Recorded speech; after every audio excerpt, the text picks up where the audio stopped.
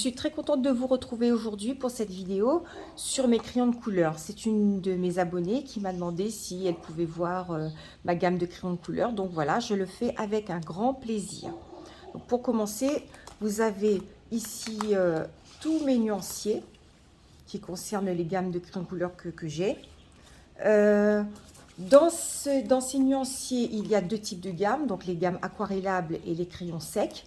Je vais séparer mes fiches pour pouvoir m'y retrouver plus facilement. Donc les secs de ce côté, les aquarellables et les pastels de l'autre côté. Voilà, comme ça, tout est bien séparé. Et vous verrez que, en réalité, je n'ai vraiment pas beaucoup de crayons du tout, que quelques gammes. Voilà. Alors, on va commencer par les crayons secs. J'en ai 1, 2, 3, 4, 5. Je n'ai que, entre guillemets, bien sûr, 5 gammes de crayons de couleur. Les Giotto Style Novo, c'est une gamme de crayons de couleur que j'ai gagné à un concours il y a quelques mois déjà, avec les moments colo de Coco. Donc une youtubeuse et instagrammeuse de coloriage très très gentille, adorable. Et donc grâce à elle, j'ai pu avoir ces crayons et les tester. Donc je les ai mis ici. Donc je vous montre ça. Donc les voici, ils sont là. Il y en a 50. C'est une gamme de crayons avec un assez bon rapport qualité-prix, je trouve. Non, là c'est autre chose, ce sont les Color Peps. Je les ai gardés parce qu'ils sont quand même assez pigmentés, pas si mal. Quand il y a des enfants qui viennent à la maison, c'est des crayons pratiques à prêter. Quand on les prête, on se sent pas mal pendant 3 jours. Ouais, si vous voyez ce que je veux dire. Donc voilà.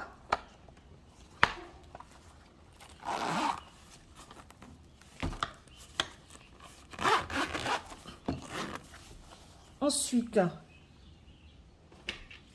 j'ai les polychromos. Donc là, c'est rangé dans n'importe quel ordre. Il n'y a pas d'ordre défini. Les polychromos, c'est la deuxième gamme de crayons que j'ai acheté. La toute première, c'était les Prismacolor.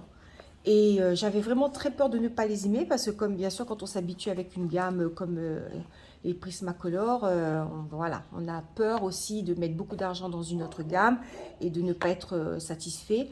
Mais moi, j'avais commencé par une toute petite boîte de 12 pour voir si ça allait me plaire ou pas. Et j'ai tout de suite accroché. Donc, du coup, je me suis acheté la boîte 220. Et en fait, j'adore ces crayons. Je les adore, pas trop gras, pas trop secs, juste ce qu'il faut. La seule chose qui m'ennuie un petit peu, c'est qu'il manque certaines teintes qu'on retrouve uniquement chez les Prismacolor, donc des teintes soit très claires ou bien très très foncées. Voilà, vraiment je les adore, je trouve qu'ils glissent vraiment très très bien sur les papiers, comme dans les livres de Clara Markova par exemple.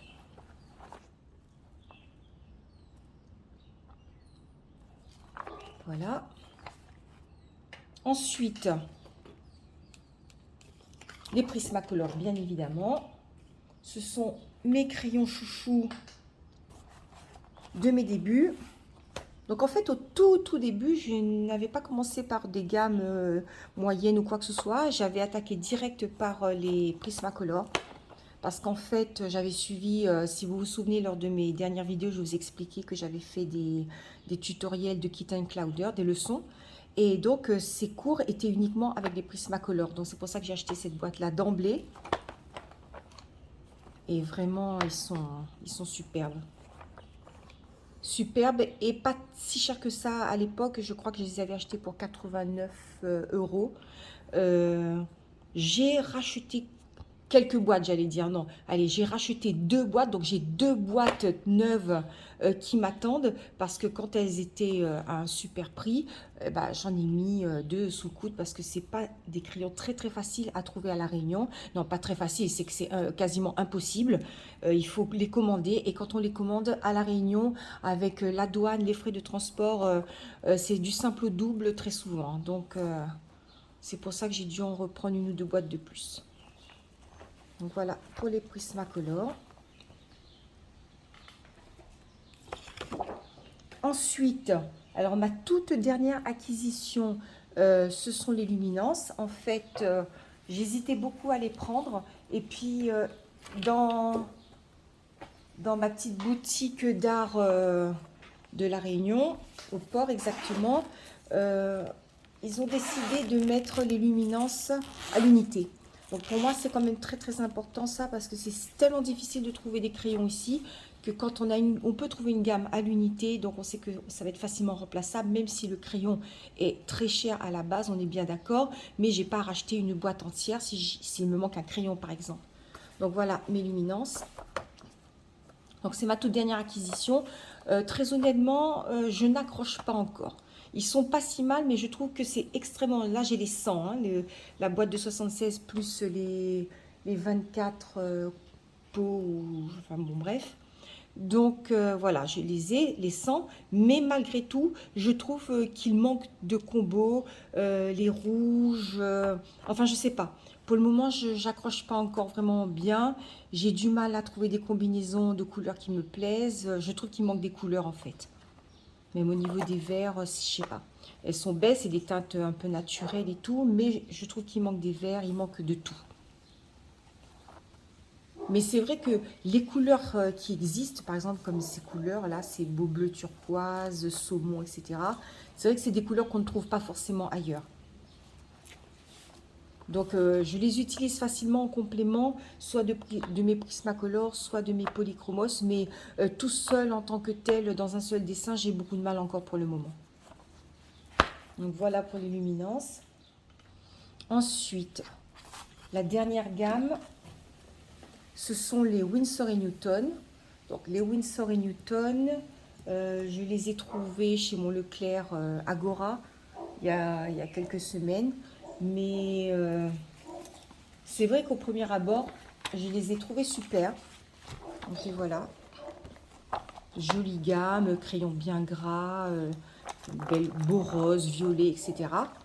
Sauf que, bon, il n'y en a pas beaucoup déjà, il y en a 48 je crois. Mais en plus, les couleurs ont tendance à aller derrière la page. Donc, j'ai fait cette expérience dans un de mes Clara Markova, donc c'était pas très grave parce qu'en dessous, il n'y avait pas d'autres coloriages, mais bon, ça peut être quand même très embêtant. Donc, j'ai pas testé toutes les couleurs, mais les 2 ou 3 couleurs que j'ai utilisées là, c'était ces couleurs-là, French Navy et puis dans les roses là. Voilà celui-là, Antique Pink. Bon, voilà, ce sont des couleurs qui transpercent quand même. Voilà. C'est pas terrible. Et c'est tout pour les crayons de couleur sec. Donc, vous voyez, je n'en ai vraiment pas beaucoup, mais je trouve que ça me suffit. Déjà, rien que quand je cherche un crayon, rien que de regarder sur toutes ces fiches, là, déjà, je me sens un peu perdue.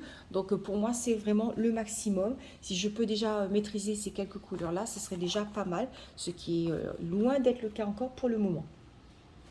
Donc, maintenant, je vais passer au crayon pastel. Donc j'ai 2 gammes de crayons pastel. J'ai les pastels Pitt et les Carbotello. Donc je les ai rangés tous les deux exactement dans la même trousse que voici. Alors je vais rajuster la caméra. Voilà, donc voici mes pastels Pitt. Donc j'ai les 60, la gamme complète. Et ici derrière les Carbotello. Donc très honnêtement, je préfère de loin les Carbotello au pastel Pitt. Les pastel Pitt, je trouve qu'ils ont tendance à légèrement accrocher le papier, à faire un petit bruit là, qui gratte, un peu sec, un peu désagréable à l'oreille. Personnellement, même, enfin pas uniquement désagréable à l'oreille, mais même sur le papier, je trouve que la couleur, elle ressort pas vraiment, elle a tendance à gratter le papier. Bon, j'aime moyen. Au départ, j'ai été très tentée par ces crayons parce que je me suis dit, pour faire les fonds, ça peut être plus rapide, plus intéressant. Bon, mais au final, je ne les utilise pas, presque pas. Et la plupart du temps, quand je les utilise, j'utilise plutôt les Carbotello qui s'appliquent beaucoup plus. Ça poudre un peu plus, mais ça s'applique beaucoup plus facilement. On a de la couleur beaucoup plus rapidement. Voilà. Et en général, j'utilise ces crayons avec ça. Donc, je ne sais pas si vous connaissez ça. Donc là, on a un embout en caoutchouc.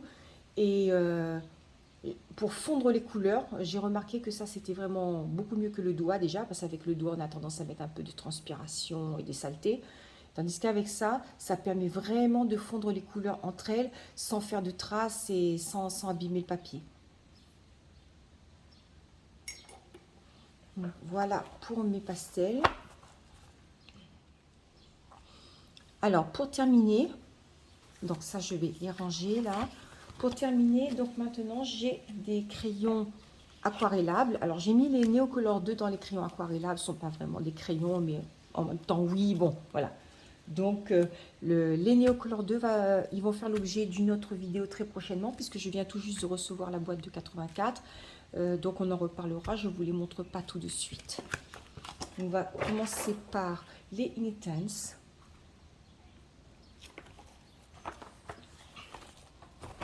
Alors, les Intense, ce sont mes crayons aquarellables chouchou. Je les adore. Ils sont intenses, pigmentés, belles couleurs. Honnêtement, si je pouvais me garder qu'une seule gamme, ce serait celle-là. Je les adore. Très belles couleurs. Bon, un peu plus compliqué à travailler, certes.